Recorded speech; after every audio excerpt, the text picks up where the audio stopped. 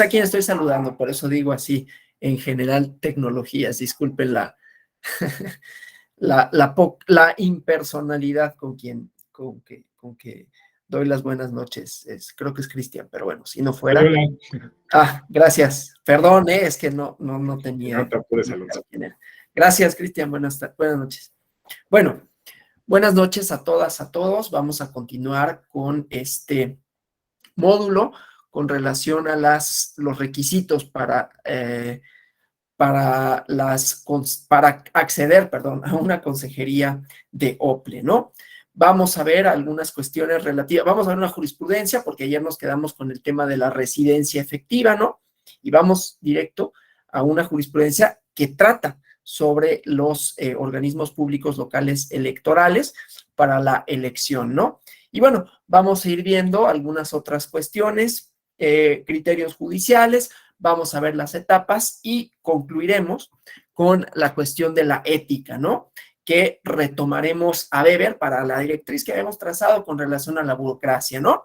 Los requisitos de organización, la idea de que la organización burocrática produce resultados ciertos, estabilidad, que es una parte fundamental de la institucionalización y que la institucionalización es un elemento de la democracia en términos formales, ¿no? En términos de la arquitectura jurídica institucional, ¿no? Que es una dimensión importante, pero que luego vamos a vincular con esta idea de la integridad electoral, que también permitirá, ¿no? Reforzar este elemento ético, ¿no? En el entendido, como había dicho ayer, que no basta o no podremos darnos por satisfechos con los elementos técnicos. Y yo creo que para todo el derecho electoral, ¿no? No basta solo el conocimiento técnico especializado, sino que hay otros componentes. Y un componente fundamental es la ética, ¿no? Y que podemos conjuntar, decía el día de ayer, con los valores centrales de la democracia, y esto nos permitirá valorar no únicamente la idoneidad, de los perfiles, sino también las relaciones jurídico-políticas que hay entre los distintos actores que participan en la arena político-electoral, ¿no? Para lo cual habrá que decir también, pues son más que solo los partidos, ¿no? Pero ese ya es un tema aparte, ¿no? En fin, entonces vamos a dar inicio primero con la jurisprudencia, ¿no? Para después retomar los otros elementos. Entonces, la comparto aquí, es una jurisprudencia en donde justamente habla de la residencia, ¿no? Que ayer habíamos dicho que había una serie de criterios, de limitantes, ¿no?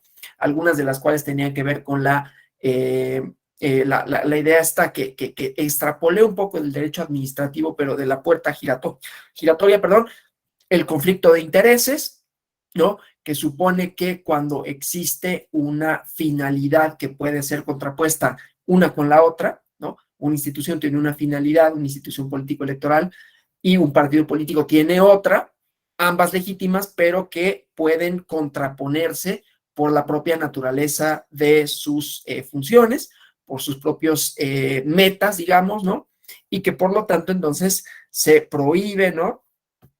Que hayan sido militantes de los partidos políticos 4 años antes, ¿no? Pero también había este otro elemento que es un poco más abstracto, que tiene que ver con con la vinculación que puede tener la o el funcionario a designarse con el lugar en donde va a ser designado o designado. Entonces, primero tenemos en la jurisprudencia la base constitucional, ¿no?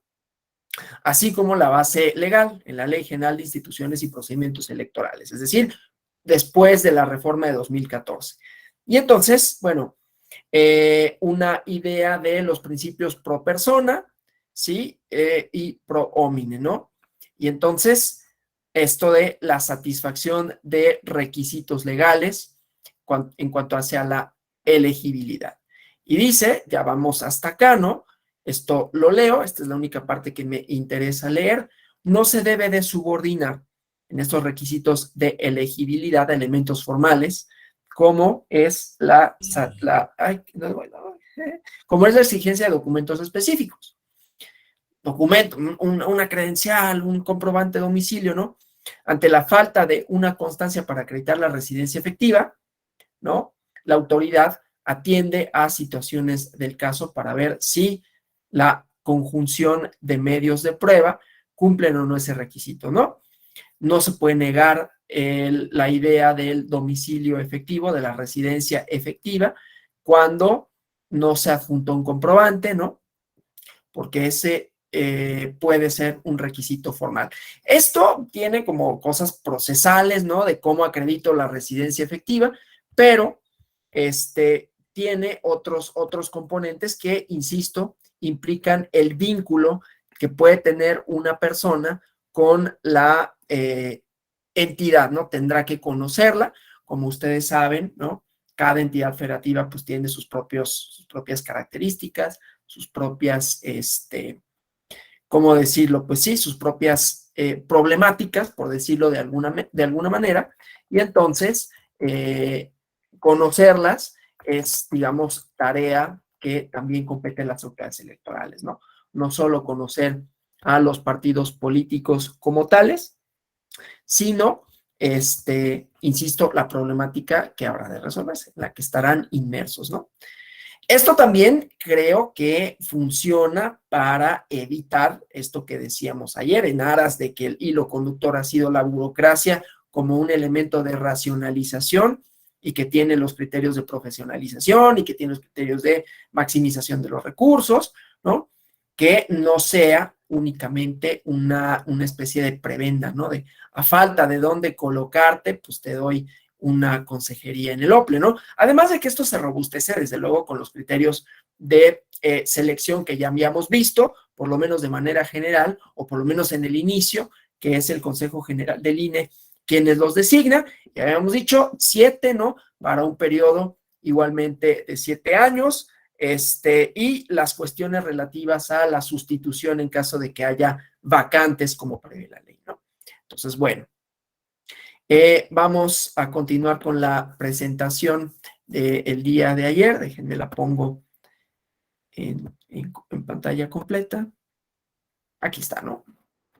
Entonces, cuando se eligen las consejerías, ¿no? Y esto está en la Ley General de Instituciones y Procedimientos Electorales. Y entonces, ¿qué se tiene que considerar, no? Cargos, periodos a designar, los plazos y los órganos a quienes se deben de inscribir los interesados, ¿no? ¿Y cuál es la documentación? Y aquí viene, traigo a colación justamente los documentos para acreditar la residencia efectiva, ¿no? Entonces, la residencia efectiva que tiene estas dos vertientes. Bueno, entonces, emiten una convocatoria para la entidad federativa que corresponda, el INE, ¿no? La comisión de vinculación del OPLE, se encarga de la conducción del proceso, ¿sí? Del desarrollo de la conducción del proceso de designación, ¿no? Aquí tenemos como esta flechita, que no me gusta mucho esta disposición. Ay, perdón. ¿No? Y bueno, una vez que se ha publicado la lista y que hay una vigilancia, conducción del proceso de designación, hay que difundirlo, ¿no? Hay que recibir documentos y entonces la comisión, vamos acá, ¿no? La comisión de vigilancia, de vinculación de los OPLES, que, a ver, volviendo al tema, en la idea de la burocracia, pues tenemos, o sea, estamos hablando de las consejerías y no obstante también estamos hablando de los OPLES como organismos complejos, ¿no? Es decir, que tienen distintas funciones, que tienen una organización burocrática importante, ¿no? Recursos humanos que solventan las distintas tareas y que también participan en la elección de las consejerías. Entonces hay una comisión, pues, de vinculación y difunden, ¿no? El proceso, reciben documentación de los aspirantes y obviamente con esto se auxilia de órganos desconcentrados del instituto en las entidades federativas, ¿no? Entonces, bueno, se publica pues la convocatoria, hay una vigilancia, un desarrollo del proceso y hay una fecha cierta, ¿no? Para la inscripción y entrega de documentos en cada entidad federativa o ante la Secretaría del Consejo General, según corresponda, ¿no? La comisión, déjenme aquí mover esto, porque si no me distraigo, bueno, no me deja ver, ¿no? Y tampoco a ustedes. La comisión puede requerir información complementaria, ¿no? Como es el caso de, bueno, si no tienes, por ejemplo, hablando de residencia efectiva, si no tienes el comprobante de domicilio respectivo, pues a lo mejor alguna otra cosa que pueda acreditar que tienes por lo menos 5 años viviendo en el lugar, o que te desvinculaste, en el caso de alguno de los otros requisitos, ¿no? Te desvinculaste del partido político de que se trata, previo al periodo mínimo, establecido para tal efecto, ¿no? Los 4 años, ¿no? Entonces, bueno, se puede pedir información complementaria. En ese sentido, las personas tienen que cumplir con los requisitos de la Constitución. Eso, bueno, está de más decirlo, pero de todas maneras, ¿no? Entonces, se presenta una lista de hasta 5 nombres por vacante, ¿no? Suponiendo que fue una renovación completa, pues serían 35 personas, ¿no? Normalmente, pues, lo que ocurre generalmente, como ocurre con el Consejo General, ¿no? Es que son escalonadas, pero puede no suceder de esta forma. Y bueno, las listas que contienen las propuestas tienen que ser comunicadas al Consejo General y no ser 72 horas después a que se hayan recibido en la sesión que corresponda, ¿no? O sea, tienen que tener por lo menos 72 horas antes de la sesión para poderlas discutir, ¿no? Y entonces designan por mayoría de 8 votos al presidente y a los consejeros electorales de los OPLES, ¿no? Y se especifica el periodo para el cual son designados. Se publica en el Diario Oficial de la Federación y se comunica a las autoridades locales de la designación. Si se pretende cubrir más de una vacante, entonces la comisión presenta una sola lista con todos los nombres, ¿no? Digamos los 35, si fuera el caso, ¿no? Para ocupar todas las vacantes, ¿no? En caso estamos en este supuesto, ¿no? O sea, se presenta una lista de 5 nombres por vacante, si fueran todas, una sola lista con los 35 aspirantes, ¿no? Eso, digamos, como el procedimiento en estas fases, ¿no? Convocatoria, la entrega de documentos, la información complementaria, la lista, ¿no? Y luego en las convocatorias, pues hay distintas. Yo, por ejemplo, seguí de cerca porque una amiga, la compañera amiga, que les comenté que es la responsable de documentación en el Instituto de la Ciudad de México, compitió para la vacante de presidenta del Consejo General del Estado de México, que era una cosa tremenda, ¿no? Porque se vienen elecciones en el Estado de México y no es cualquier cosa la elección del Estado de México, es el padrón más grande de la República. El chiste es que en la convocatoria ella presentó sus papeles, pasó el primer filtro, que era como el currículum, que cumpliera con un perfil, ¿no? Que tuviera, ya cada convocatoria va teniendo como ciertos pormenores, pero me interesa, lo hubiera invitado a la plática de hoy, ahora que lo pienso, fíjense, hubiera estado muy bien, porque ella tendría como una experiencia interesante, se me hubiera ocurrido antes, bueno, una experiencia interesante para relatarnos, ¿no? Y sé que hubiera estado encantada de hacerlo, pero bueno, la verdad es que ahorita apenas lo medité, pero hubiera sido muy, muy interesante que nos contara. El chiste, pues, es que ella metió su documentación, aprobó esa primera parte y luego, y es algo parecido, y ustedes lo han visto, ¿no? A lo que ocurre con el Consejo General, ¿no? Cuando se renuevan cargos. Entonces viene una etapa de un examen, ¿no? Técnico, por estas cuestiones que les decía, el conocimiento técnico. Entonces en el examen y también hay un puntaje, ¿no? Y puede ser o no un referente para hacer un corte y llegar a otro momento que es un ensayo, ¿no? Y entonces el ensayo pues podrá igualmente, bueno, no podrá, tendrá una calificación y hay una designación, ¿no? Por parte del Consejo General. Pero bueno, ese es, digamos, como el procedimiento también, que no nada más es como este flujograma, sino que también tiene esas particularidades, digamos, ¿no?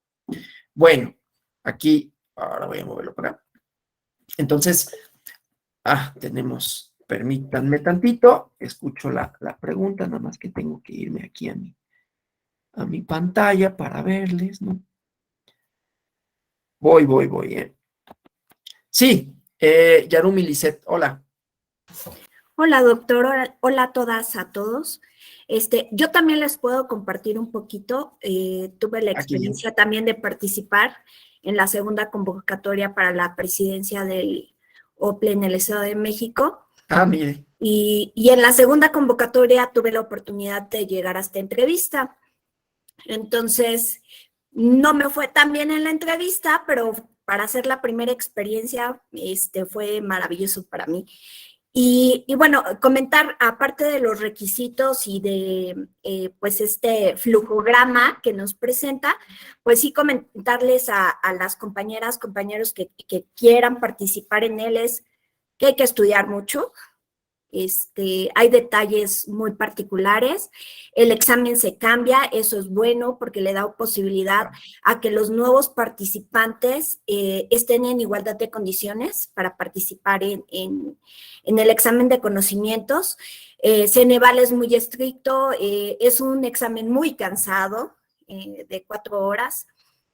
En la etapa del ensayo, pues uno no sabe qué tema le van a poner a uno. Aparte, bueno, me voy a regresar un poquito. Cuando nosotros entregamos nuestros documentos, es posterior a que ya nos aprobaron haber cumplido el primer requisito del registro.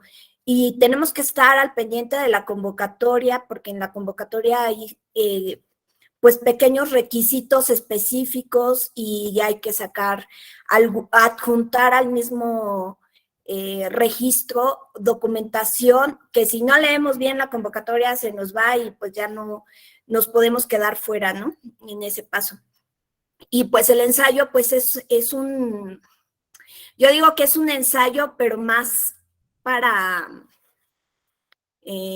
pues, el puesto, para el cargo, más que ensayo del requisito como tal, de tener una introducción, un desarrollo y unas conclusiones. Son aspectos muy específicos. Nosotros firmamos que pues no podemos hablar grandes cosas de lo que nosotros vivimos respecto del ensayo, pero bueno, a grandes rasgos es una representación de lo que nosotros podemos hacer en el cargo, ver nuestras cualidades y tener el conocimiento jurídico para poder argumentar que lo que nosotros estamos plasmando en el ensayo es viable. Y bueno, finalmente en la entrevista pues sí es complicado porque uno se pone muy nervioso con los consejeros, no sabe pues cómo van a reaccionar ante las respuestas y luego si falla el internet. No, es complejo y se pasa el tiempo muy rápido, entonces si uno quiere preparar una respuesta muy larga, pues no, a la mera hora esa respuesta no funcionó. Entonces sí, pues yo los invito a que participen porque es una experiencia muy grata. Muchas gracias, Lisette, y muy interesante. Qué bueno que bueno, nos comenta como estas generalidades. Preguntan si la renovación de los consejeros es escalonada. Pues preferentemente, porque esto permite, ¿no? Que haya como una, ¿cómo lo puedo decir? Pues que sea un poquito más equitativo, quizás, ¿no? O sea, que haya como es una especie, lo voy a poner así, es una especie de contrapeso, digamos, ¿no? O sea, hay cuando uno integra un organismo, digo, yo nunca he estado en un organismo de dirección en ese sentido, ¿no? Pero hay, digamos, ¿cómo lo puedo decir? Cierto aprendizaje, ¿no? Cierto aprendizaje y entonces, en la medida en que quienes llegan abreven del aprendizaje, de la experiencia de quienes ya están ahí, entonces, pues será más fácil, digamos, solventar las labores que si renuevo todo, es un poquito más complicado, digamos, ¿no? Porque entonces todos tendrán que, no es que no tengan las capacidades, pero también el actuar del institucional pues requiere una cierta práctica, un cierto conocimiento que siempre va a ser solventado de mejor manera en la medida en que la renovación sea escalonada. Entonces, preferentemente, pues, sí, resulta de esa forma. Inclusive en el caso, corríjame si estoy mal, compañera Lisette, del Estado de México, lo que se renovó fue el cargo de consejero presidente, consejera presidenta, no así todos los cargos. ¿Estoy en lo cierto? Sí, así es, nada más fue para la presidencia del OPLE y tuvo 3 convocatorias eh, diferentes, las 3 en algunos aspectos. Ajá. Tuve oportunidad de seguirlas a través de algunas personas y fue muy interesante el proceso en las 3 convocatorias. Perfecto, muchas gracias. Sí, Gabriela Aguirre, por favor. Gracias, buenas tardes. Yo tengo una Hola. duda respecto a los requisitos para ser consejeros y consejeras, ¿no? De los OPLES. En el artículo 100 que ya habíamos visto el día de ayer, los requisitos nos menciona en su inciso K que no ser y ni haber sido miembro del Servicio Profesional Electoral Nacional durante el último proceso electoral en la entidad. Sin embargo, ha habido designaciones, y de hecho fue recientes, de personas que pertenecen precisamente al Servicio Profesional Nacional. Entonces, la verdad, desconozco si hay algún método o algo, esa es mi duda, de por qué se han designado aun cuando pues el artículo dice que no es posible. Gracias. Sí, a ver, voy a ser totalmente honesto, yo creo que Lisette sabe mejor.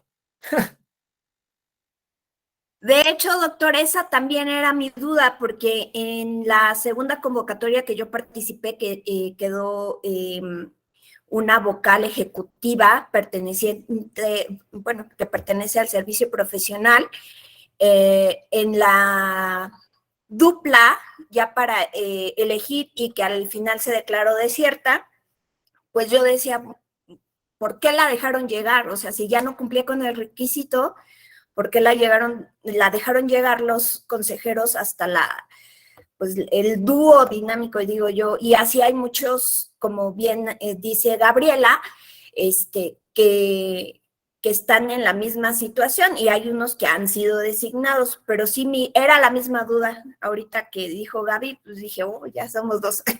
A ver, les comparto aquí la tesis en una que se resolvió.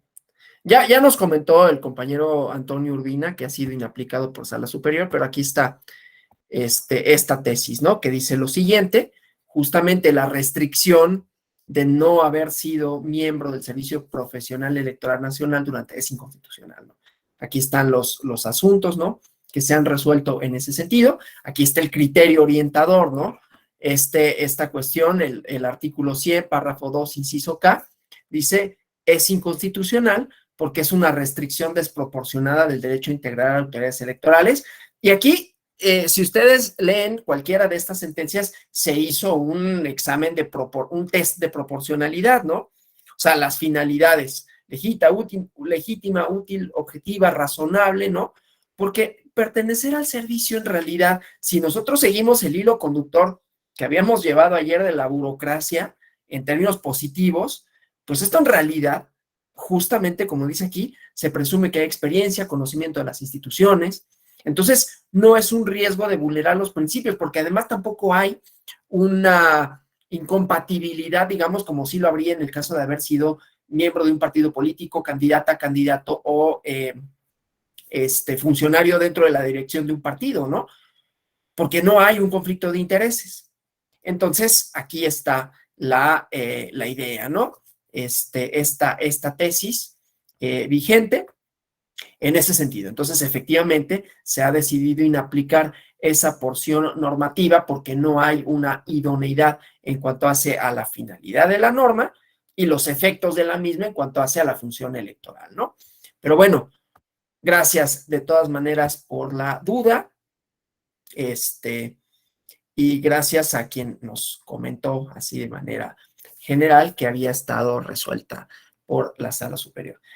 Dice Eduardo Holguín, más allá de las consideraciones éticas, ¿puede un ex consejero del INE postularse para una consejería del OPLE? Pues no habría una limitante, yo creo. No sé si se haya dado el caso, pero en realidad pues no es digamos, un impedimento constitucional hasta lo que hemos visto ahorita, ¿no? Yo no creo que haya un impedimento en ese sentido, ¿no? Por lo menos no hay un impedimento jurídico, ¿no? como decía el compañero, más allá de las consideraciones éticas que habría que tener en cuenta, ¿no? O sea, es tanto como en las magistraturas, ¿no? Ser magistrado de una sala regional no impide que seas de la sala superior. De la sala superior a una regional, pues no estoy cierto si se podría, si hay un impedimento o no. Pero en principio, otra vez, no es incompatible, ¿no? Bueno, y entonces, ya decíamos, ¿no? Esta parte de las vacantes no cubiertas, si no se integra el número total, hay otro proceso respecto de las vacantes no cubiertas, ¿no? Esto implica la posibilidad del escalonamiento, no es que sea así necesariamente, yo creo que es preferentemente así, lo que pasa es que también, a ver, la reforma de 2014 pudo haber supuesto, ¿no? Que en algunos lugares ¿cómo se llama? Se cambiara por completo. No fue así en todos los casos. Conozco, por ejemplo, el caso de Querétaro, que hubo quienes después de la reforma de, o sea, antes de la reforma de 14 tenían su lugar como consejeras, consejeros, y después de la reforma acabaron su encargo, y que no terminó el encargo de todas y todos. Sé que en Querétaro fue así, ¿no? Por un compañero, él ha dado clases. Es más, él diseñó este diplomado, justamente el doctor Luis Octavio Vado, ¿no? Entonces él, por ejemplo, terminó su encargo y no supuso eso la terminación de todos los consejeros, consejeras que integraban ahí. Pero bueno, entonces, si no se integra el número total de vacantes, es decir, vamos a suponer, hay 3, 4, y no se integran, entonces hay un nuevo proceso respecto a las vacantes no cubiertas, ¿no? Si alguna vacante, dice, cuando ocurre una vacante de consejero presidente o de consejero electoral, el Consejo General lleva el mismo procedimiento, ¿no? Para cubrir la vacante respectiva. Si esta vacante, lo mismo que ya habíamos visto ayer, ¿no? Se verifica durante los primeros 4 años, se elige al sustituto para el periodo restante, y si es dentro de los 3 años, para un nuevo periodo de 7 años, ¿no? Que eso puede suceder también, y eso también, pues, afecta la escala, el escalafón, ¿no? Bueno, remoción. Están sujetos al régimen de responsabilidades de los servidores.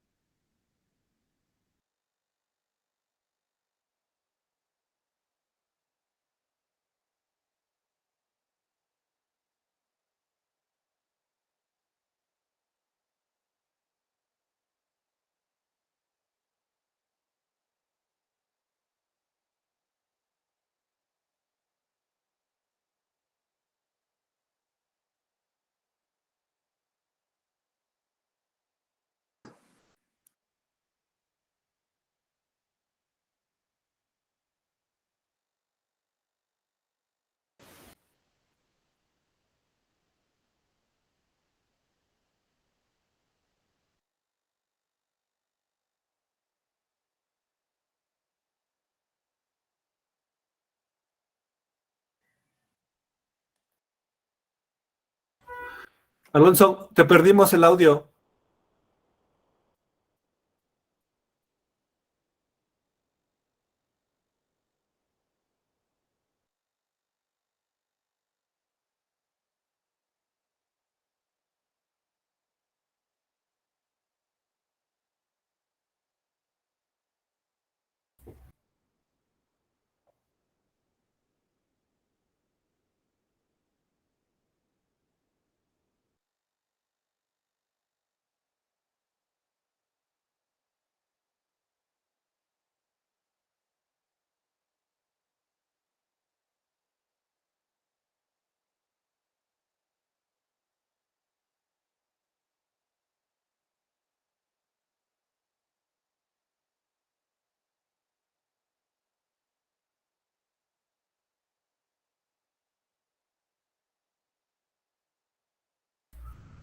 Sí, salte y entra de nuevo.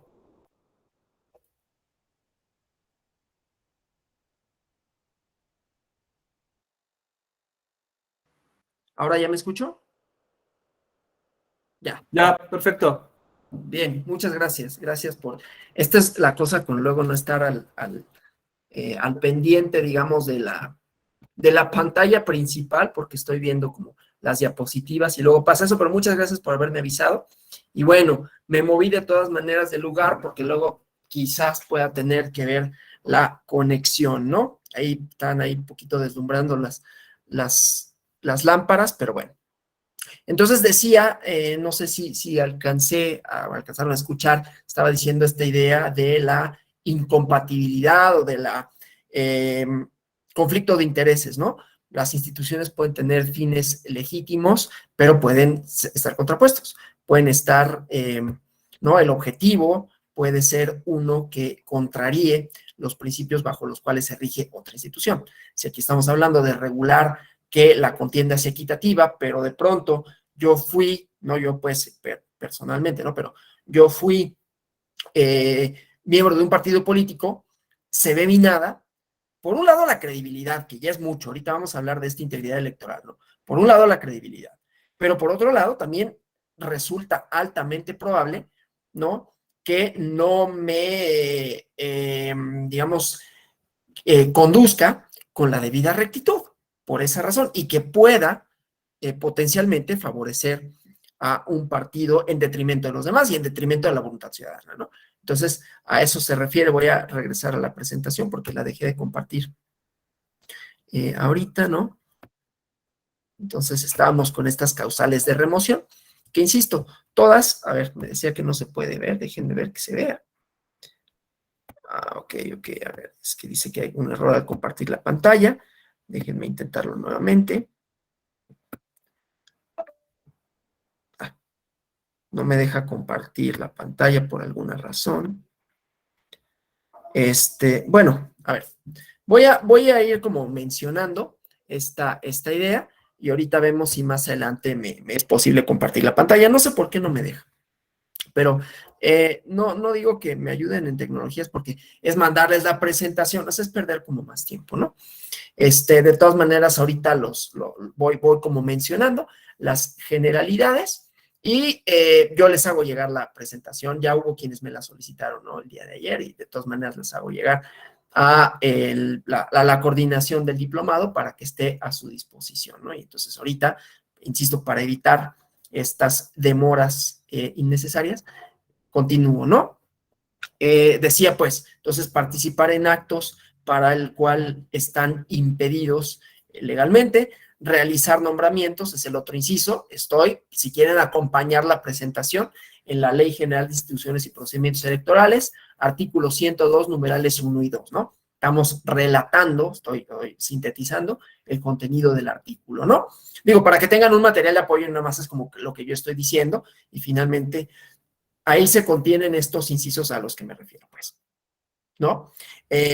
Digo, para efectos de que no están viendo, pues, la pantalla, ¿no? Pero para que puedan acompañar. Decía, entonces, realizar nombramientos, promociones o ratificaciones que infrinjan disposiciones generales correspondientes.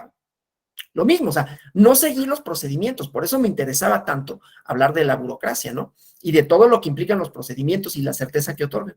Bueno, emitir opiniones públicas, fíjense, este es bien interesante, emitir opiniones públicas que impliquen, prejuzgar sobre un asunto de su conocimiento y no haberse excusado del mismo, ¿sí? O sea, por un lado, opiniones públicas en donde haya un prejuzgamiento sobre un asunto del que no se excusaron, ¿no?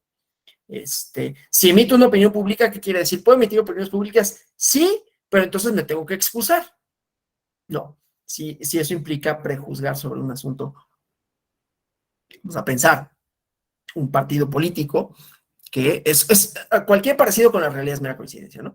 Vamos a suponer que un partido político solicita su registro. Y entonces se somete al conocimiento del OPLE. Y hay un dictamen en donde todavía no se hace público, pero el dictamen va para no darle el registro. Y yo digo, ¿no? Es que no le vamos a dar el registro porque ese partido es ilegal, ¿no? O ese partido es lo que sea.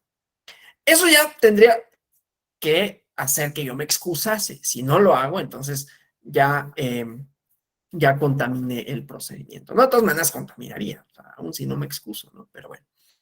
Dejar de desempeñar injustificadamente las funciones o las labores que tenga a su cargo y violar de manera grave o reiterada reglas, lineamientos, criterios, formatos que emite el instituto en términos de la artículo constitucional base quinta, apartado B, inciso A del numeral 5 del artículo 41. Se considera violación grave, dice, aquella que dañe los principios rectores de la elección. ¿De qué se trata? Mi encargo, el encargo de, bueno, no el mío, pues, pero el encargo de consejero electoral también es una herramienta en lo que decía la estructura, la arquitectura jurídica, que otorga certeza, que otorga legalidad, que otorga imparcialidad o que debería de garantizar estos principios, ¿no? De manera tal que cualquier violación a las reglas, a los lineamientos, a los criterios, y que además está relacionado con cualquiera de las otras conductas, es también un motivo para la remoción de la o el consejero de que se trate, ¿no? Intentar una vez más compartir la presentación. Solo haremos no digo último, pero un segundo, un tercer intento sería. No me deja. A ver, déjeme ver si comparto como ventana y no como pantalla. A ver si de pura casualidad. Como pestaña, perdón. Es que como pestaña no me permite hacerlo. Bueno, entonces no. Bueno, sigo sin poder. A ver, tu pantalla completa, ¿qué pasa? No, no se puede. Bueno, entonces, sigo pues con esto, ¿no? La remoción de los consejeros, ¿cómo opera, no? Artículo 103 de la Ley General de Procedimientos, de Instituciones y Procedimientos Electorales, ¿no? El secretario ejecutivo del instituto, por medio de la Unidad Técnica de lo Contencioso Electoral, cuando tienen conocimiento de hechos, ¿no? Que tengan que ver con alguna de las conductas que ya había mencionado, y que se actualiza, pues, y procede, por lo tanto, la remoción, se notifica al consejero local electoral de qué se trate. Desde luego, esto para garantizar su derecho de audiencia, ¿no? En la notificación que se le hace, se expresa el lugar, día, hora, y una fecha cierta en donde, perdón, se va a expresar la fecha cierta en donde se llevará a cabo una audiencia. ¿Qué actos y omisiones se le imputan? ¿No? Las consecuencias posibles de que resulte fundado, ¿no? El derecho, desde luego, que le asiste de representación legal, y esta notificación tiene que ser personal. Entre la fecha citación y la audiencia no puede haber menos de 5 ni más de 15 días, ¿no? Una vez que concluye la audiencia, se concede al consejero de qué se trata, consejera, 10 días para que ofrezca pruebas, ¿no? Y trate de desacreditar los hechos que se le atribuyen. Una vez que se desahogan las pruebas admitidas, las que lo hayan sido, el secretario ejecutivo somete un dictamen con proyecto de resolución al Consejo General, y para que proceda la remoción se requiere de 8 votos del Consejo General del Instituto. Este debe de notificar la resolución correspondiente, ejecutar la remoción, además de cualquier sanción, ¿no? Que queda a salvo para efectos de las sanciones administrativas, ¿no? Bueno, y ahora esto, lástima que ahorita no puedo proyectar la presentación porque vamos al análisis de un asunto, pero desde que me salí no me deja. No me deja, pero bueno, es el sala superior, JDC 880 diagonal 2015. Lo voy a anotar en el chat, ¿no?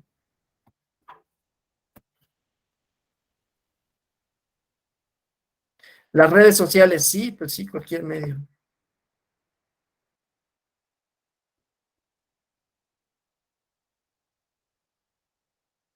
Es que preguntan en el chat si la emisión de opiniones públicas, pero a ver, no solo es la emisión de opiniones públicas, sino de asuntos que estén que vayan a ser discutidos, ¿no? En el consejo y haya una opinión que implique prejuzgar sobre este asunto que es de su competencia. No, nada más es que opine.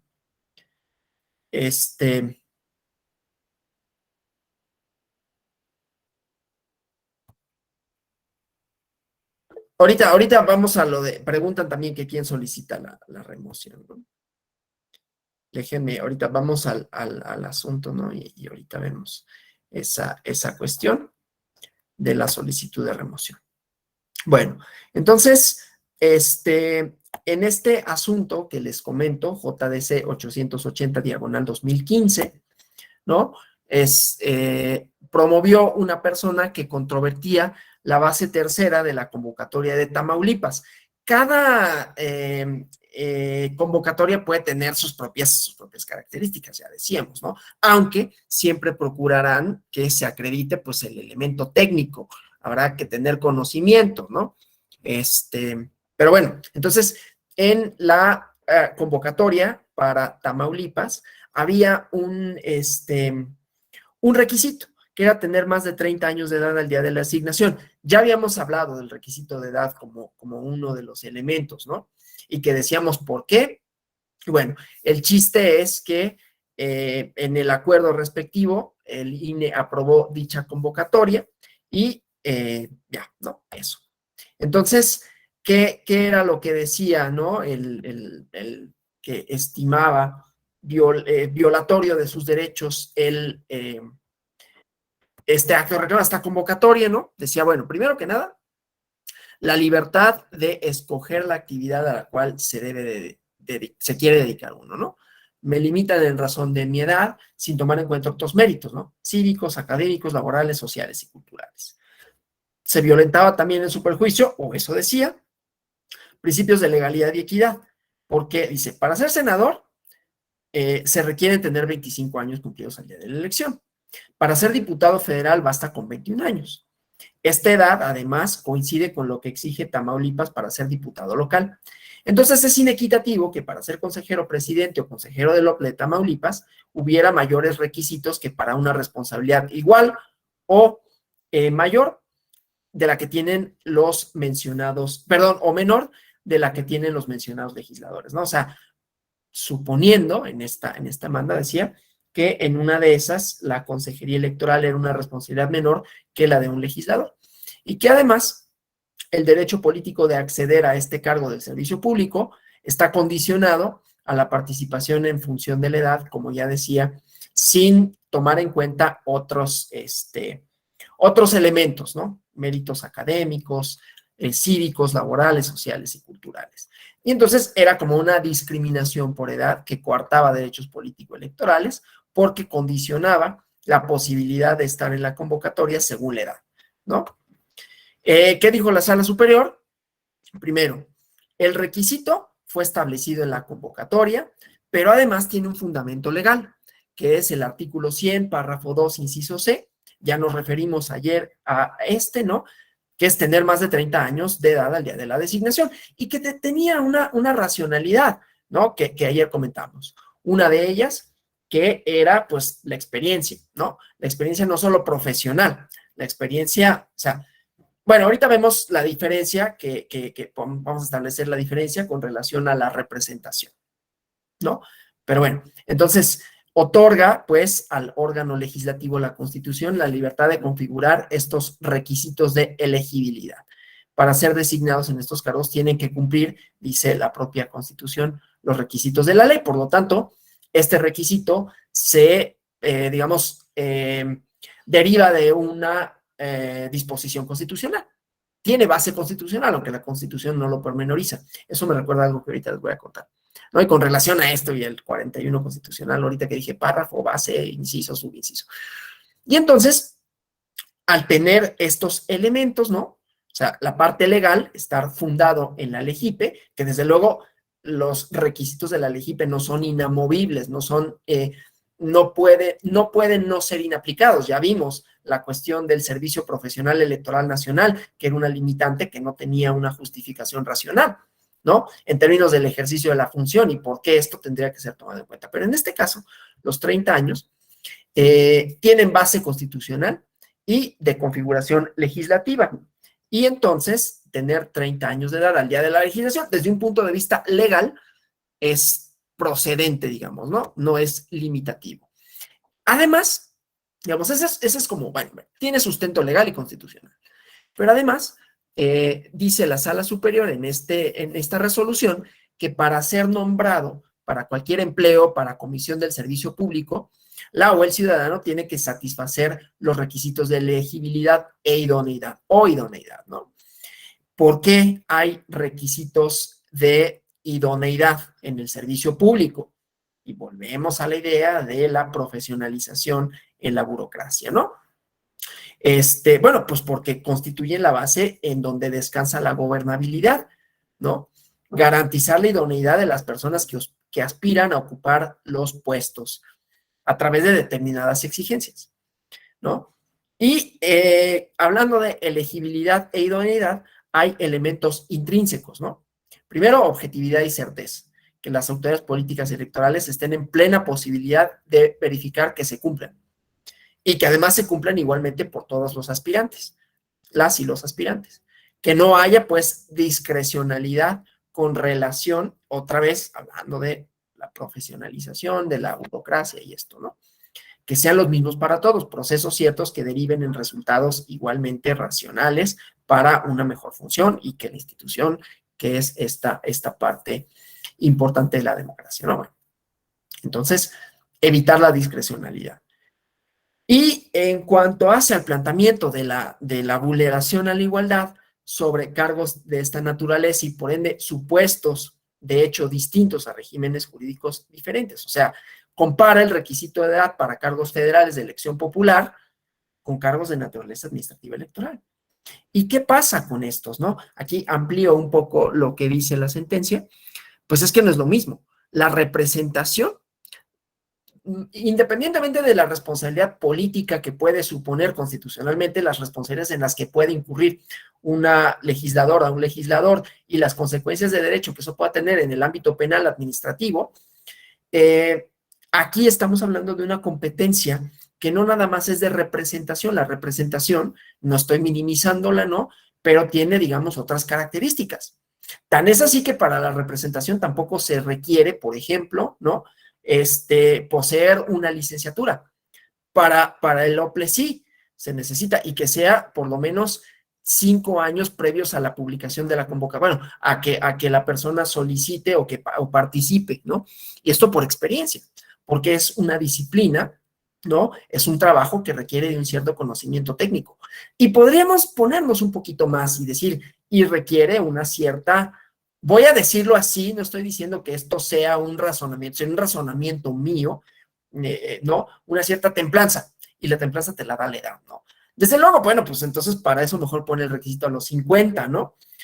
No es que sea de esa manera, pero bueno, finalmente la experiencia, la posesión, digamos, de una serie de atributos, de conocimientos, sobre todo porque estamos hablando de el máximo, los máximos órgano de dirigencia de un OPLE, ¿no? No estamos hablando de para entrar a la función electoral, sino para ser los consejeros, consejeras, ¿no? Entonces, bueno, es distinto ser representante que ser consejero, en donde, insisto, se requiere primero un elemento técnico, un elemento de experiencia, desde luego, y además, pues esta cosa que puede ser tan subjetiva como, pues, si ¿cómo te aseguras que a los 30 tienes más templanza que a los 25? Eso depende de cada persona, desde luego, estoy de acuerdo, pero bueno, se establece también como una generalidad en el entendido de que la experiencia, pues, me da más elementos, y no solo la experiencia técnica, ¿no? Ya llegaremos a eso. Ahora, en cuanto hace a la edad, dice, para el acceso, esto ya es retomando la sentencia, ¿no? Para el acceso a cargos públicos, no se puede pensar que la edad sea discriminatoria, no puede haber una presunción de discriminación por la edad o una categoría sospechosa, ¿no? Porque el acceso a las funciones públicas, de acuerdo con la Convención Americana de Derechos Humanos, ¿no? Por razones de edad, nacionalidad, residencia, idioma, capacidad civil o mental, solo puede ser, en todo caso, por un juez competente en un proceso penal, ¿no? Para el acceso a los cargos públicos. Entonces, no es un criterio que se presuma discriminatorio, ¿no? Ya que la ley, insisto, puede reglamentar el acceso a las funciones públicas, ¿no? Y en esa reglamentación del acceso a las funciones públicas hay criterios y es válido, insisto, de acuerdo con la Convención Americana sobre Derechos Humanos, que esos criterios de selección atiendan a razones tales como la edad, la nacionalidad, la residencia, el idioma, la instrucción, capacidad civil o mental, o condena por juez competente, ¿no? Que también habíamos visto esto del modo honesto de vivir, o bueno, buena fama pública, ¿no? Entonces, bueno, eso con relación a la designación y las competencias técnicas, ¿no? Entonces, veo que hay algunas cuestiones en el chat, ¿no? Gracias, la sentencia, ¿no? Por haberla compartido. A ver, cuéntenos eso bueno, a ver, vamos primero con Julio César Barreto y luego nos cuenta Yarumi Lisset el 3 de 3, ¿no? Muchas gracias, doctor. Aquí nada más una pequeña experiencia, y de verdad no es por polemizar ni por llevar la contraria. Pero el procedimiento para destitución de consejeros creo que suena bonito en la ley. Y de verdad que está muy bonito. Pero ya en la práctica, híjole, yo creo que está muy alejado de lo que marca la norma. Caso Puebla. Se les denunció por diferentes circunstancias en la elección del 2018 a X número de consejeros. Lo que resuelve el INE es que, pues podría ser, pero como ya se fueron, ya no están en funciones, bueno, pues, gracias por participar, en términos generales. Entonces, pues ese procedimiento y nada, pues está lo mismo. Porque, digo, entonces, ¿de qué sirve que te digan que hay responsabilidad? Porque creo que así nos lo marca la Constitución, que es independientemente de que termines, hay responsabilidad. Pero creo que por ahí hay una pequeña lagunita que todos aquellos que en algún momento quisieran aprovechar para ser consejero, pues deberían aprovecharla. Muchas gracias. Gracias. Sí, dos cosas. Ahorita le cedo la palabra al compañero Martín Dueñas. La remoción es independiente de la sanción administrativa que pueda suscitarse y no le compete al INE la sanción administrativa, o sea, que puede ser inhabilitación, multa, amonestación. Eso compete, o puede competir, puede ser competencia de competir, puede ser competencia de función pública, ¿no? De manera tal que el pronunciamiento del INE, según el procedimiento que vimos, se refiere a la remoción. Si las personas habían terminado en el encargo, pues ya no se les puede remover, pero eso, digamos, dejaría salvo. Yo sé que estoy respondiendo en términos muy legalistas, ¿no? Decir, pues sí, típica respuesta de abogado, y le voy a ser sincero, pues tampoco me puedo meter en camisa de 11 varas, ¿no? Y dar una opinión para la que, pues a lo mejor, para la clase, qué bueno que dijo esa cosa, pero para efectos de la institución también para la que estoy trabajando, pues no sería como lo más apropiado, digamos, ¿no? Y también hay que conservar una cierta institucionalidad. Entonces, bueno, yo le respondería quizás insatisfactoriamente en términos jurídicos y decir, bueno, lo que pasa es que en todo caso el procedimiento respectivo de responsabilidad compete a otro órgano, ¿no? Desde luego podríamos meter otro tipo de elementos que también juegan, ¿no? Me voy a referir a ellos cuando hable de la integridad electoral y que desgraciadamente cuando estos no están ahí presentes, pues sí merman la confianza, ¿no? Merman la confianza en la imparcialidad, en la objetividad, en la legalidad y desde luego que ahí hay muchísimo, muchísimo que decir, ¿no? Ahora, hay otro elemento que tampoco podemos dejar de considerar, ¿no?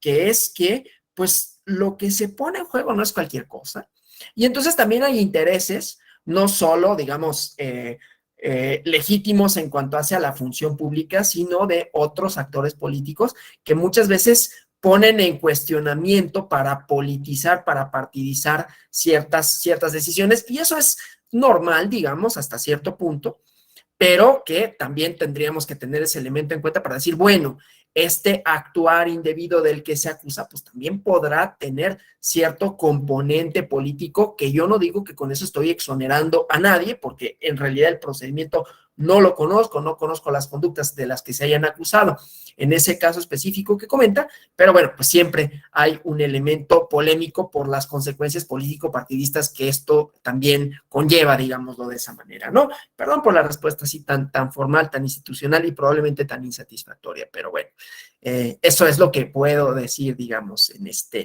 espacio. Martín Dueñas, por favor. Sí, gracias. Buenas tardes, noches, doctor, a todas y a todos.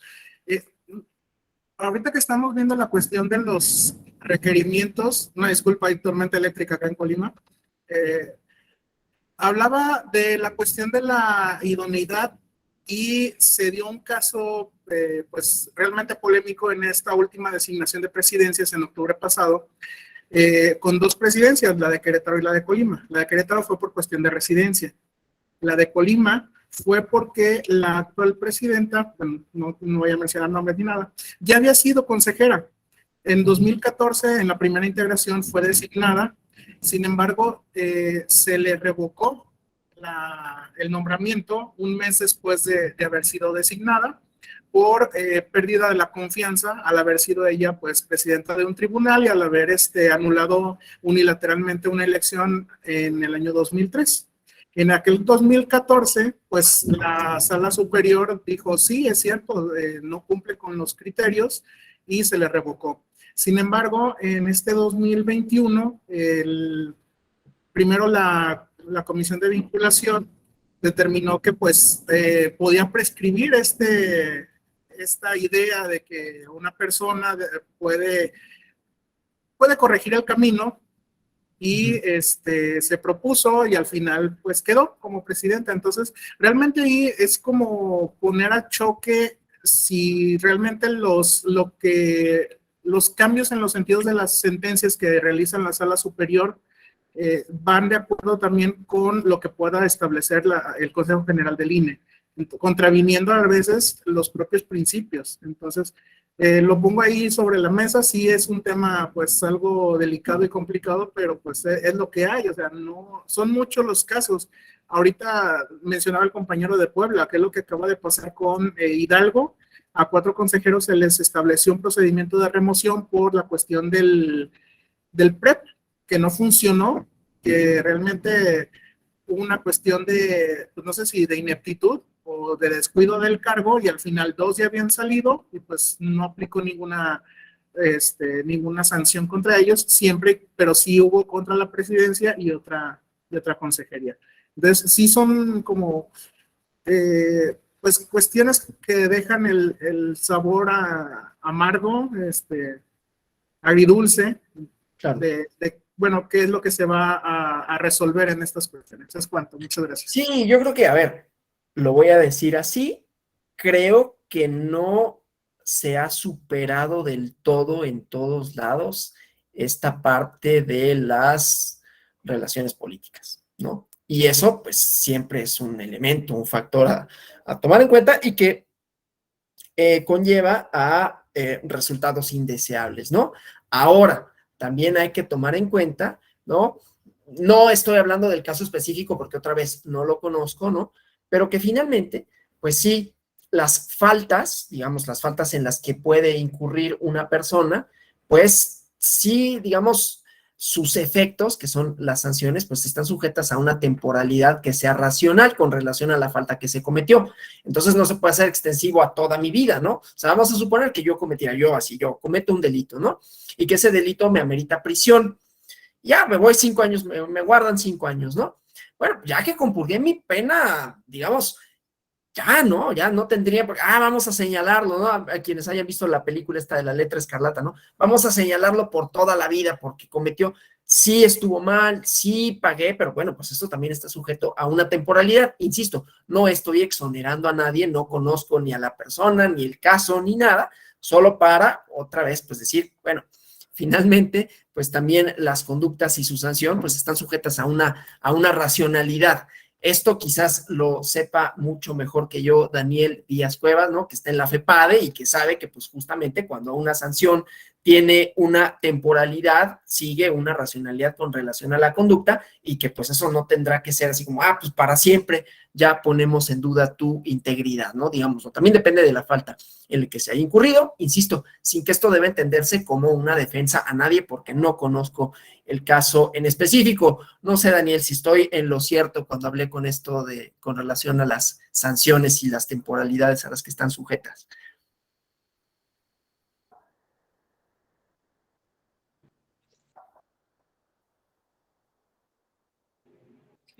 Sí, sí, tienes razón, Alonso, pues hay temporalidades, incluso muchas denuncias pues quedan a mitad de la investigación por esa temporalidad, por el tema de la prescripción, ¿no? En delitos electorales, pues una prescripción que tenemos muy rápida, la mayor, bueno, la normal son 5 años, pero muchas veces el INE, que es el principal digamos, el que nos da la materia prima, pues nos denuncia, hay veces que pasando el hecho con apariencia de delito, pues 3 años, ya nos quedarían 2 años para investigar, en fin, sí, y cuando logramos, y la ventaja, bueno, tienes razón, una vez que ya se sancionó, pues ya hasta ahí ya no podemos ejercer ese escarnio público ni político, y lo digo por un ejemplo, si me permites rapidísimo. No, claro. Cuando yo estuve la primera vez aquí en la Fiscalía, tuvimos el caso de la destitución de todo el Consejo General de Chiapas, 2014, 2015, en ese proceso, y fueron en 2 vertientes. Una, porque la mayoría del Consejo General no cumplió con las reglas de paridad. Ellos decían que tenía que ir 5 hombres, 5 mujeres, sin ir en ese escalonamiento o en esa alternancia, y Sala Superior decide destituirlo, se le da vista al INE, y el INE nos da vista a nosotros y logramos ingresar, bueno, se abre una averiguación previa, en ese entonces todavía no entrábamos al sistema de justicia penal acusatorio, y logramos, pues de 7 consejeros, ingresar al penal 5 consejeros, consejeras, y una más también por el tema del fraude que se hizo por el diputado migrante también allá en Chiapas, donde se suponía que tenía los votos que tenían que venir, eran de Estados Unidos, y en una supervisión del INE, pues se percata que vienen votos de Egipto, de Andorra, de propio Chiapas, en fin, todo un desastre ese Consejo General de Chiapas. Entonces, sí, puede haber sanciones y tiene que ser en una temporalidad, en fin, pues hasta ahí mi comentario. Qué interesante, muchas gracias. Pues sí, digo, a ver, no estoy dejando de considerar que puede haber otros elementos, no, solo estoy diciendo que, bueno, también los propios procedimientos contemplan otro asunto, ¿no? Bueno, preguntan, y esta es una pregunta reiterada, ¿quiénes pueden hacer conocimiento de hechos que actualicen alguna de las causales de procedencia de la remoción? ¿Son funcionarios públicos de alto nivel? Cualquier persona, en principio, ¿no? Cualquier persona de la Comisión de Quejas y Denuncias del INE estaría legitimada para hacerlo, ¿no? Digo, más allá del procedimiento por sí mismo que pueda llevarse a cabo, otra vez.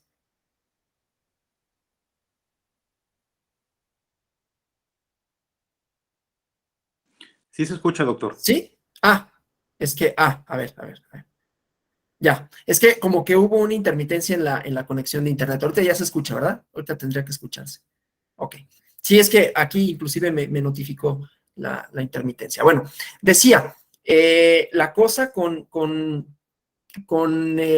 quienes pueden denunciarlo, en principio sería cualquier persona, en tanto que se trata de funcionarios públicos. Desde luego, vamos a encontrar que normalmente quienes los hacen serán los partidos políticos o serán los afectados en algún sentido por el actuar indebido, ¿no? Aquí no hay que acreditar interés jurídico, interés legítimo para que yo denuncie la conducta correspondiente. Entonces, en principio no está limitado, digamos, para nadie y el procedimiento a seguir es ese. es la comisión de quejas y denuncias quien lo instruye, y después lo determina lo procedente del Consejo General, ¿no? Bueno, y voy a concluir con esta parte de la integridad electoral, porque creo que ese elemento sigue siendo una parte importante y por eso a mí me interesaba decir, no solo es la parte técnica, ¿no? Conocimiento está bien, conocimiento lo puedo tener. Eso no garantiza que yo sea un funcionario idóneo en términos de mi comportamiento, no solo público, sino mi comportamiento como funcionario, ¿no? Entonces, la idea de la integridad electoral tiene que ver con que, por un lado, pues ya saben, ¿no? Que las elecciones democráticas sean libres, sean limpias y que esto, pues no tendría por qué tener demasiada discusión, ¿no? La controversia, en todo caso, es cómo conceptualizar y cómo observar empíricamente los atributos de una elección, ¿no? Que tengan buena calidad, que sean íntegras, competitivas, libres de fraude, imparciales, ¿no? Pero entonces eso tiene distintas dimensiones, no nada más es el comportamiento de los partidos políticos, que desde luego importa, sino, si dijimos ayer que una de las bases que cimentan a la democracia es que hay una arquitectura jurídico-constitucional, pero que esa derive en una burocracia especializada, en una burocracia que tenga conocimientos, pero en una burocracia que se adscriba a parámetros éticos y a parámetros de valores, ¿no? Axiológicos para su desempeño, entonces es donde tiene sentido hablar de la integridad electoral, ¿no? Que además este concepto nos permite clarificar los estándares que deben de cumplir las elecciones democráticas, ¿no? La integridad electoral básicamente es cumplir con las normas reconocidas en tratados convencionales internacionales que garanticen que las elecciones sean libres, competitivas e imparciales. Y esto se hace extensivo a la función pública electoral, es decir, quienes hacen que que se cumplan pues las normas convencionales, constitucionales, los principios, pues en buena medida también las autoridades, ¿no? Entonces, el cumplimiento de estas normas, además, tendría que ser imparcial, ¿no? Tanto para las democracias establecidas, que para todo régimen en donde se llevan a cabo procesos electorales, o sea, no solo para las democracias bien establecidas, robustas, que esa es otra cosa, ¿no? Para las cuales en democracias, otra vez, voy a insistir con esto, ¿no? Para que haya democracias robustas, pues tendrá que haber también burocracias robustas en cuanto hace a las instituciones que le dan cabida, que resuelven los conflictos y que arbitran las competencias electorales, ¿no? En estas normas, el contenido sustantivo de las normas, tendrá que ser que garanticen durante todo el ciclo electoral el diseño, la aprobación de las leyes, la profesionalización del servicio electoral, el registro de votantes y partidos políticos, todo lo cual incide en la certeza, ¿no? La certificación de candidatas, candidatos, entre otros. Desde luego, esto tiene otros elementos, tales como la fiscalización de los recursos, ¿no? Que tengan una procedencia cierta. Bueno, incluye a todo lo electoral, ya no nada más en términos, ¿no? Normativos, en el sentido estricto, ¿no? De que haya procedimientos para elegir autoridades políticas legítimas, ¿no? Sino a el comportamiento de todos los que participan en esta arena, ¿no? Incluida la burocracia electoral. Desde luego, esto también incluye a la logística del día de la elección, la instalación de las casillas, que sea fecha cierta, bueno, perdón, que sea en una hora cierta, ¿no? Que permanezcan abiertas hasta que la ley lo estipula, ¿no? De 8 de la mañana a 6 de la tarde.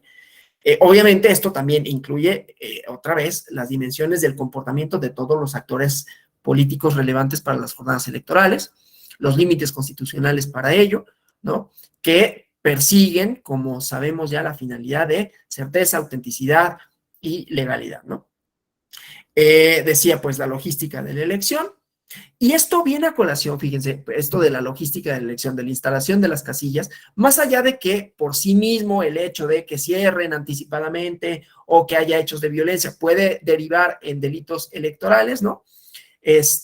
Pero hubo un momento, por ahí del 91, una de estas tesis que históricamente tienen como una importancia porque también nos hablan de una cierta percepción de los fenómenos jurídicos. Vamos a decirlo así, vamos a suponer que era eso, porque no quiero entrar en otras polémicas.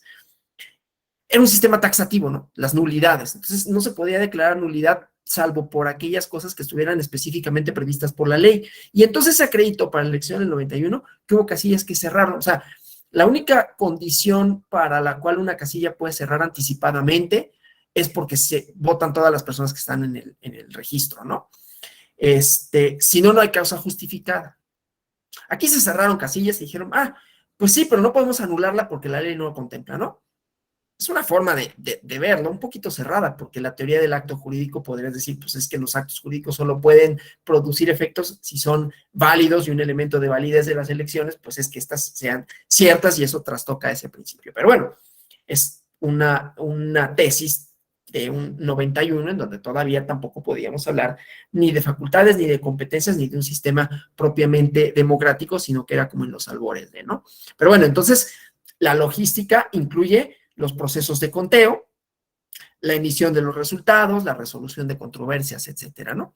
Y evalúa también, desde luego, esta idea de la integridad electoral, la presencia de manipulación, de malas prácticas, que otra vez lo podemos hacer extensivo, no solo los partidos políticos incurren en malas prácticas, ¿no? También los funcionarios, y ahí es donde tenemos pues un componente adicional, ¿no? La premisa de esto, de la manipulación de las malas prácticas, es que las incidencias de este tipo se tienen que prevenir o, de plano, estar ausentes de los procesos electorales, ¿no? Y aquí podemos, y a ver, están en las causales de remoción de los consejeros, ¿no? Esta de la subordinación a alguna otra autoridad, digamos, ¿no? La que se beneficie de manera ilegal a uno de los contendientes. Entonces, bueno, prácticas tales como compra y coacción del voto, ¿no? Leyes que limitan la participación de partidos de oposición, que prohíben la postulación de candidaturas legítimas, regulación precaria, ineficaz, la parcialidad de los medios de comunicación o inclusive la parcialidad de los propios autores electorales, ¿no? Así como actos de violencia durante la campaña, durante la jornada electoral o luego de que han sido publicados los resultados. Entonces, la integridad de las elecciones y en las elecciones reviste una especial importancia para la legitimidad democrática, ¿no? Y hay muchos estudios, igualmente, que muestran que la integridad de las elecciones, la evidencia de fraude, manipulación electoral, son factores determinantes de las actitudes hacia las instituciones políticas o la democracia. O sea, en la medida, y por eso hice un comentario así un poquito al margen, de la participación de uno de nuestros compañeros, ¿no? Que ponía un acento importante, al cual dio una respuesta insatisfactoriamente legal, ¿no? Legalista, pues, pero que tiene que ver con cómo percibimos la democracia, y eso también tiene que ver si la percibimos como legítima, como un medio no solo idóneo para elegir autoridades, sino que es un medio transparente, eficaz, y que efectivamente cumple con la idea de que la voluntad popular se respeta, entonces habrá actitudes de rechazo o no hacia la democracia, ¿no? Entonces, una cantidad importante, ¿no?, de estudios muestra que las malas prácticas, como la integridad de facto de los procesos electorales, importan en la evaluación que hace la ciudadanía de la democracia. Está entendida desde el punto de vista procesal, pero también las prácticas pues tienen las otras dimensiones, ¿no? Y esto, además, como decía, con los componentes de cómo se evalúa la democracia, la imparcialidad de las elecciones y las instituciones políticas, ¿no? A las que nos estamos refiriendo. Y se ha encontrado también que conforme la ciudadanía percibe que las elecciones son imparciales, profesionales, efectivas, igualmente su evaluación del desempeño del sistema electoral y del sistema democrático es más favorable y en sentido contrario, ¿no? La percepción de que hay malas prácticas electorales provoca desconfianza e insatisfacción políticas. Insisto, esto se hace extensivo a las propias autoridades. Es tarea de las autoridades no solo garantizar la imparcialidad, sino que su función también esté de acorde con estas prácticas, ¿no? Cuando se investigan, ¿no?, las consecuencias de las percepciones de integridad electoral al evaluar la democracia, también hay mucha incidencia en cuanto al rol que desempeña el interés en la política, ¿no?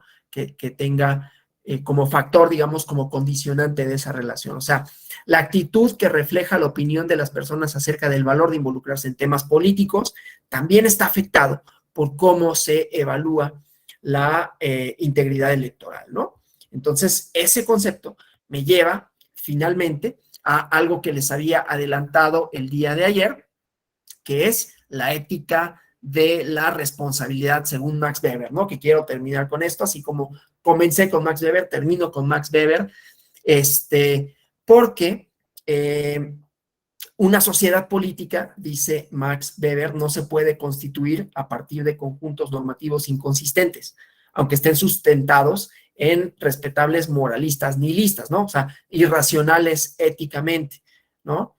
Es decir, la convivencia social requiere de ciertas pautas compartidas, ¿sí? O sea, no es que la ética sea cualquier cosa, ¿no? Y que tenga como 1000 definiciones posibles. El universo normativo del hombre en sociedad presupone una cierta racionalidad lógica, ¿no?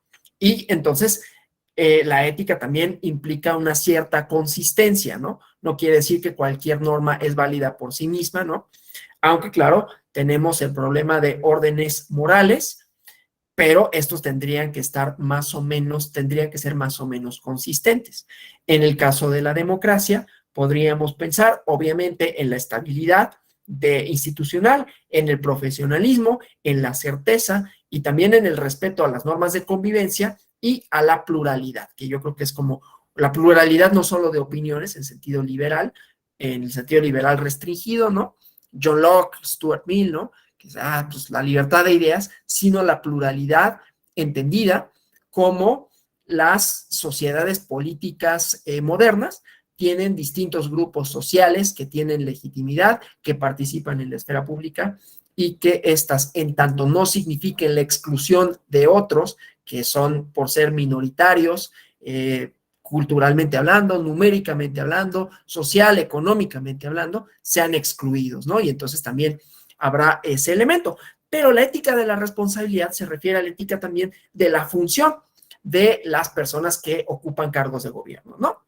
Entonces, primero tenemos como esta dimensión ética compartida, que ya les decía yo ayer, pues los valores democráticos son una esfera que incluye a la propia democracia, pero la idea, pues, es que, hablando de racionalidad de las acciones sociales, ¿no? O sea, el porqué de nuestro actuar en comunidad, entonces, ver cuáles son los tipos de racionalidad jurídica, ¿no?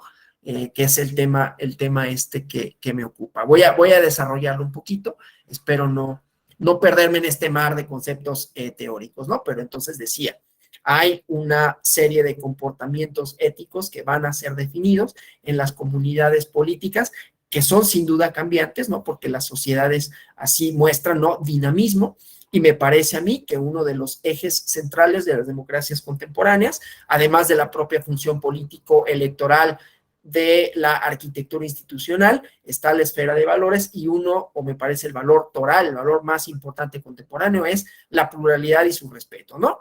En eso también inciden las autoridades electorales. Voy a finalmente poner un ejemplo, aunque no sea tocante a los OPLES propiamente, ¿no? Bueno, voy a poner un ejemplo que sí los toca y un ejemplo que no los toca, uno que ya había adelantado, cuya coincidencia con la realidad es solo eso, ¿no? Pero vamos por partes, ¿no? Voy a poner los ejemplos nada más para concretar esto que estoy diciendo. Pero entonces, las personas nos movemos en sociedad con una racionalidad, ¿no? Y Weber distingue la racionalidad con relación a fines. Yo quiero conseguir algo, trabajo por una razón, razones diversas, ¿no? Trabajo porque quiero, pues, que necesito pagar la renta. Quiero oír, o quiero hacer, o quiero comprar, más allá de que puede ser también por valores, ¿no? mi acción pues es simultáneamente por eso, y trabajo en una institución porque considero que fortalecimiento de la democracia, porque me gusta, porque no. Entonces, puede ser cualquiera de estas cuestiones, ¿no? La racionalidad de las acciones sociales tiene un sentido objetivo y tiene un sentido subjetivo. El objetivo es el derecho. El derecho marca pautas, ¿no? Que tienen un grado de suficiencia y de eficacia más o menos posible, ¿no? Entonces, la racionalidad jurídica, ¿no? Las acciones sociales y las normas jurídicas pueden ser sujetas de juicios éticos, ¿no? Entonces, las acciones serán consideradas racionales no solo teleológicamente, ¿no? O sea, con la finalidad, ¿no? Que sean causalmente adecuadas para alcanzar ciertos fines, sino axiológicamente racionales para estas cuestiones, estas acciones morales kantianas, ¿no? Que se fundan en normas, en deberes, que el actor considera por sí válidas, sean cuales fueren sus consecuencias. Si un sujeto, y obviamente aquí estamos hablando no solo de una persona en su individualidad, sino una institución que tiene finalidades, producir resultados ciertos mediante la adopción de resoluciones, mediante el arbitraje de la contienda electoral, mediante, ¿no?, todas las funciones que le son propias al INE, a través de un cuerpo de funcionarias que especializados que lleven a cabo tareas determinadas, pero además, esa es, digamos, como la finalidad teleológica, ¿no? Sino que tenga una racionalidad axiológica, ¿sí? ¿Y cuál es esta? Proporcionar certeza, respetar la voluntad popular, respetar la pluralidad social y que la voluntad popular sea, bueno, que los resultados electorales y las autoridades políticas legítimas sean fiel reflejo de esa voluntad popular, ¿sí? Entonces, pongo un ejemplo, ¿no? A nivel individual, si un sujeto considera debida la acción X, pero la omite, entonces normativamente su acción es irracional, tanto como la de quien pretende alcanzar un objetivo, pero no lleva a cabo actos causalmente necesarios para lograrlo, ¿no? La racionalidad teleológica, las finalidades, depende de regularidades naturales, ¿sí? Esto que decíamos, para eso existen los procesos, ¿sí? La racionalidad normativa o axiológica tiene también este componente subjetivo, que tiene que ver con nuestras preferencias, pero respecto de la ética de la racionalidad, perdón, de la responsabilidad, que sirve para juzgar las acciones desde un punto de vista de su valor teleológico por sus resultados, ¿no? Entonces, esto quiere decir el arreglo a los fines, ¿para qué? Pero que esos resultados no sean resultados que trastoquen las normas de la convivencia, ¿sí? Entonces, el problema de la moralidad de la política, el problema cercano de las relaciones entre derecho y moral, ¿no? Weber propone, ¿no?, en un discurso célebre, considerar a la política tanto como un oficio como una vocación, ¿no? Entonces, no solo es una profesión que se ejerce, sino que convoca a ocuparse de aquello para lo que sirve, ¿no? Es una vocación. La vocación posible del hombre como la política, la ciencia, la buena praxis, etcétera, ¿no? Entonces, ¿no?, los estados modernos, dado que tienen pautas normativas que regulan actos estatales a través de normas jurídicas básicamente, la legitimidad moral de un acto político está dada en principio por su legalidad, porque está conforme a normas jurídicas que persiguen una teleología, pero que además tienen una finalidad más allá de que la norma se cumpla, ¿no? O sea, no es nada más el aspecto normativo de se cumple la norma y ya, sino que esa norma está dictada para una finalidad. Hablando de diseño constitucional, bueno, esa finalidad ultimadamente será o no democrática en tanto que puede haber tribunales constitucionales que así lo determinen, ¿no? Entonces, esta, digamos, legalidad, ¿no? Esta legalidad como desde un punto de vista no únicamente instrumental, sino ético, pues tendría, digamos, como esta otra dimensión de universalidad y cuidaría, desde luego, la finalidad última de los procedimientos electorales, que no solo son certeza en cuanto a los pasos que se siguen, que ya hemos visto con la burocracia, sino que los resultados son vinculantes porque se tienen, se observan, se piensan como legítimos, ¿no? Y la legitimidad no solo depende del cumplimiento de la norma, porque puede haber normas con una racionalidad como la que les comenté, ¿no? Esta excesiva taxatividad, que hasta jurídicamente es raro decir, pues es que no hay norma que me faculte para pronunciarme sobre esto. No obstante, se trata de un acto que evidentemente es ilegal, pero pues ni modo, ¿no? Así es. No, pues como que ni modo. Hay elementos hasta jurídicos. Yo por eso digo, la teoría del acto jurídico me diría que hay ciertos elementos de validez y de existencia del acto, ¿no? Pero bueno, que eso podría replantear inclusive las nulidades, ¿no? Y que de hecho un poco lo hace en la idea de los principios constitucionales, ¿no? Bueno, entonces pues esto implica normas de convivencia que no solo son normas jurídicas, en tanto que la norma jurídica puede tener una finalidad que no sea racional respecto de la comunidad política. La finalidad de la moral, digamos, de la norma jurídica tendría que ser armonizar los términos de la convivencia. Si no lo hace, y entonces produce resultados que se ven más bien como arbitrarios, como inestables, entonces estamos rompiendo con eso. Y si rompemos con eso, entonces también estamos rompiendo con la integridad electoral, ¿no? Con todas las consecuencias que eso tiene, que en últimas consecuencias, pues implica la forma, digamos, el poco aprecio, el poco apoyo que tiene la democracia, ¿no? Bueno, eso decía era, digamos, para finalizar. No sé si hasta aquí tengan ustedes alguna pregunta, algún comentario. Sí, Julio César Barreto, por favor. Doctor, compañeros, de verdad, me apasiona mucho este tema de la ética. De hecho, me tocó participar en la creación del Código de Ética del Tribunal de Puebla en sus inicios. Y me gusta mucho y no quisiera ir en contra y lo respeto. Pero, fíjese, tuve conocimiento, y cuando digo tuve conocimiento es que yo soy el actor, denuncié a ex personas por supuestos actos. Lo denuncié a las 2 de la tarde. A las 4 de la tarde ya estaba en medios la denuncia. Es decir, en 3 horas, alguien de ese instituto ya la había circulado a medios. Y lo más importante, y de verdad, yo creo mucho en las instituciones, como abogado creo en el derecho, digo, si no, ¿qué estaría yo haciendo? Y creo que incluso las personas que llegan a los institutos como consejeros, hasta eso dice Cantinflas, son buenas personas. Pero, ¿sabe cuál es el colmo? Que una de las personas que fue denunciada, en su página de Face, ya tenía toda la denuncia. Y el colmo fue que personal del instituto hasta le dio like.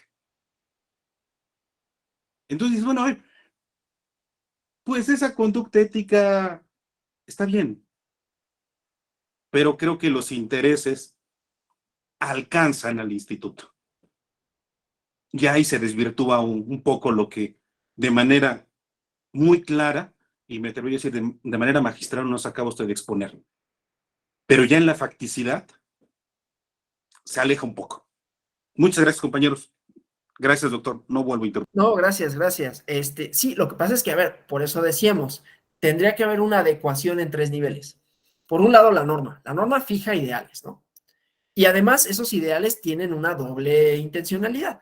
Tienen una intencionalidad, una teleología. La norma para que se cumpla la norma. Vamos a ser así tautológicos, ¿no? La legalidad sirve para garantizar que se preserve el derecho. Eso no me dice gran cosa. Pues el orden jurídico es bueno respetarlo porque es el orden jurídico, viéndonos muy aristotélicos, y porque el orden jurídico, al serlo, entonces es por sí mismo virtuoso. Para que eso sea, entonces esa norma y la teleología de la misma tendrá que tener un arreglo a valores. Y esos valores tendrán que ser universalmente compartidos por la comunidad política de que se trate, pero en este sentido, tendrán que garantizar que, por un lado, las condiciones de la contienda sean equitativas, se respeten por todos los actores, pero también que las propias autoridades, en el ejercicio de sus funciones, se acoplen a la norma en cuanto a sus fines y en cuanto a sus valores. Esto se puede romper, ¿y en qué deriva? No solo en la conceptualización de, pues es que se rompe la integridad electoral, es que eso provoca que haya desconfianza. Desconfianza en la autoridad, desconfianza en los resultados y finalmente desconfianza en la democracia. Bueno, pues desconfianza en la democracia, pues bueno, pues cada quien podrá confiar en lo que quiera. Sí, lo que pasa es que eso también tiene, digamos, como sus peligros, porque como comunidad política se van rompiendo acuerdos mínimos de convivencia, y eso sí es un problema, ¿no? Porque cuando se rompen acuerdos mínimos de convivencia, entonces también vamos a recurrir a prácticas indeseadas e indeseables, ¿no?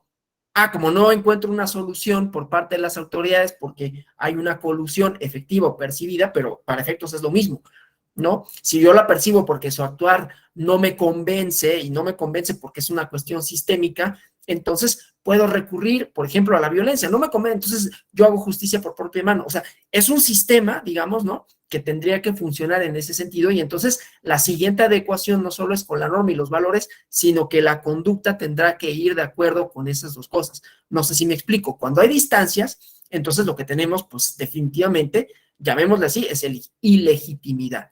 Y la legitimidad no solo tiene que ver con términos, otra vez, legales, de no se apega con la ley, sino que rompe normas de convivencia. Y cuando se rompen normas de convivencia, tenemos muchos problemas, ¿no? No es que por sí mismo descreer de la democracia, qué mal que se descrea la democracia. Lo que pasa es que si descreemos de la democracia, más allá de que eso suponga descreer de otras cosas, supone otra vez que entonces pueden venir formas menos deseables, vamos a decirlo así, menos deseables, que supondrían, ¿no?, otro tipo de convivencia que estaría regida por quizás arbitrariedad, por exclusión, ¿no? Cualquier principio democrático que nosotros pensemos como deseable, porque a lo mejor yo puedo decir, ¿no? Pues a mí yo puedo decir, lo cual no quiere decir que lo diga, ¿no? Es una posibilidad.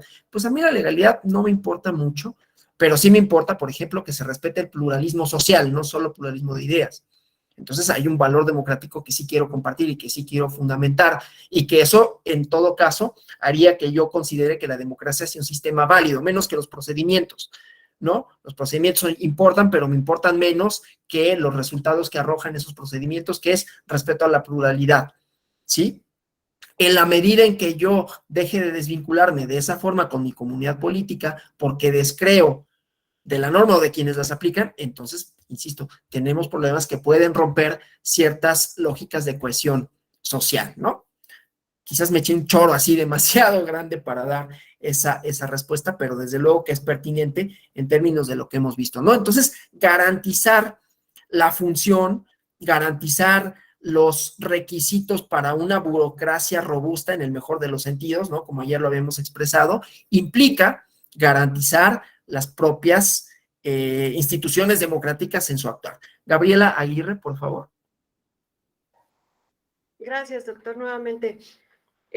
Pues me surgen varias dudas, ¿no? Es muy interesante lo que nos comenta, pero me gustaría saber su opinión en tanto a qué tan legítimo puede ser un procedimiento de designación de consejerías cuando se cuenta con una etapa de entrevistas que ha sido, en algunos casos, desde mi punto de vista, claro, subjetivas, ¿no? Sin apegarse a la ética y a la idoneidad o integridad electoral de la persona.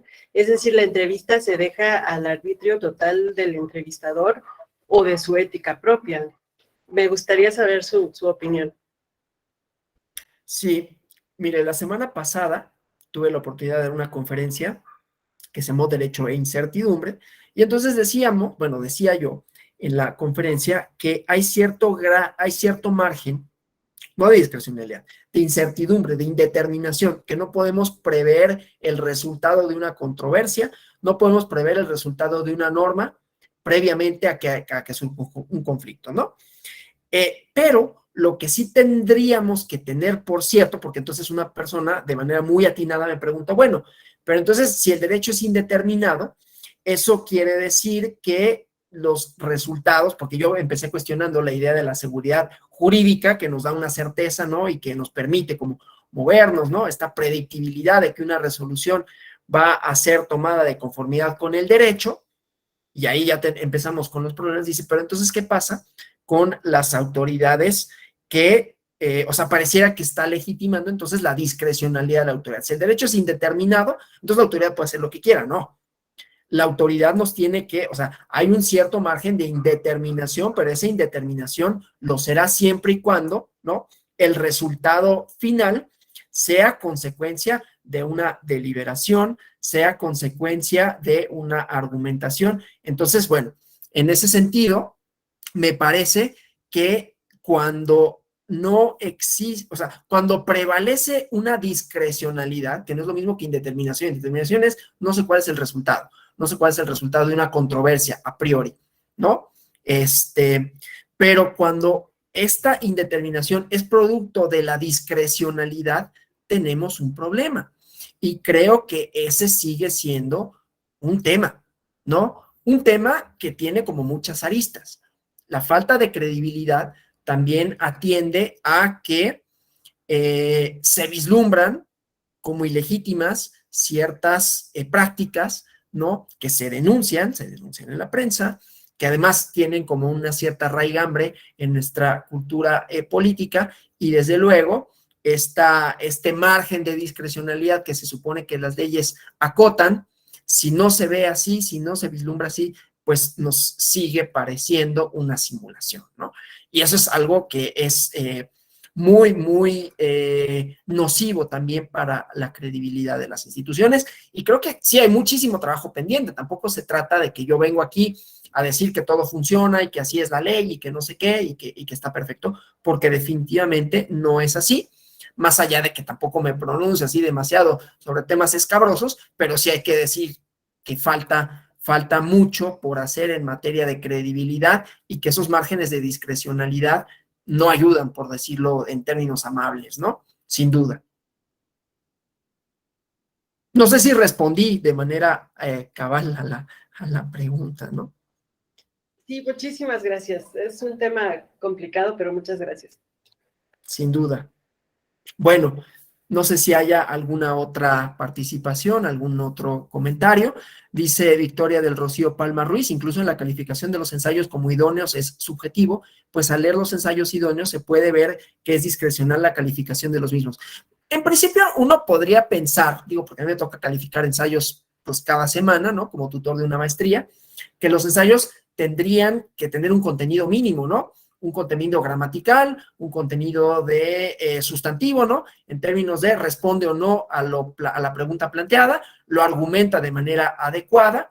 Desde luego, cuando tenemos dos ensayos igualmente buenos, pues ya habrá un elemento de, bueno, me gustó más por estas razones, ¿no? Por eso digo, sí hay un cierto grado de indeterminación en ese sentido. Voy a poner un ejemplo, me voy a salir completamente del tema, pero para ver cómo hay cosas de apreciación que no necesariamente quiere decir que sea negativo. Vamos a pensarlo en términos de a quienes les guste el fútbol o el tenis, ¿no? Cualquiera de los dos. Perdón por el ejemplo de deportes, ¿no? Ahora a quien no le interesen los deportes y les receto el ejemplo. Rafael Nadal o Roger Federer, ¿quién es mejor? Pues la verdad es que depende del gusto de cada quien, porque son igualmente buenos, ¿no? A mí me gusta más Federer, ¿no? Pero pues eso en realidad, teniendo el palmarés que tienen, teniendo la calidad, ya al final de cuentas la evaluación que uno haga va a ser como subjetiva, ¿no? Y puedo irme a la numeralia, pero otro puede irse al estilo de juego, y otro puede decir, no, pues es que ha ganado más títulos en esta superficie. Y entonces ya los juicios ya no son así como totalmente, voy a hacer la ecuación que defina quién es el mejor. Ya no se puede. Cristiano Ronaldo y Messi, lo mismo, ¿no?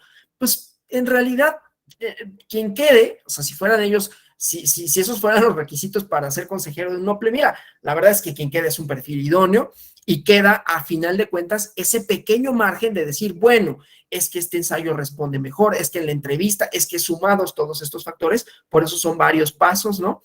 Tiene una mayor idoneidad. Pero, insisto, y también por eso también hay otra regla, ¿no? Que es que sea por mayoría de votos, ¿no? Porque, pues bueno, siempre estos márgenes hay una cierta apreciación. Eso no nos debe conducir automáticamente a pensar que siempre es discrecional. Hay un cierto grado pero en la medida en que podamos acotarlo y que al final solo sea, bueno, quedaron los mejores y pues los otros puntitos finos siempre son discutibles, no quiere decir que no sean perfiles idóneos como lo hubiera sido cualquiera otro, ¿no? Por eso puse y me permití la licencia del ejemplo del tenis, pero sé que con eso pues quizás pueda ser un poco satisfactorio y que estuviera yo disfrazando de esto prácticas indeseables e indeseadas que sí suceden y que tampoco vamos a pensar que no sucede de esa manera. Bueno, no sé si haya alguna otra cuestión. Pues yo les agradezco por su participación, por su presencia, ¿no? Por su atención. Espero que el módulo les haya resultado, pues, más o menos satisfactorio con relación a sus expectativas, ¿no? Cuando vieron que se incluía este módulo, que haya cubierto el aspecto jurídico, técnico, pero también la idea central que era por qué tener burocracias especializadas y con ello, pues, requisitos de idoneidad y, bueno, todo lo demás, ¿no? Muchísimas gracias y nos vemos la próxima. Les deseo que pasen una feliz noche de martes y hasta la próxima. Gracias. Muchas gracias. Gracias. Saludos a Luego, todas. Alonso, buenas noches. Daniel, qué gusto en saludarte. Buenas como noches. siempre. Gracias. Hasta luego.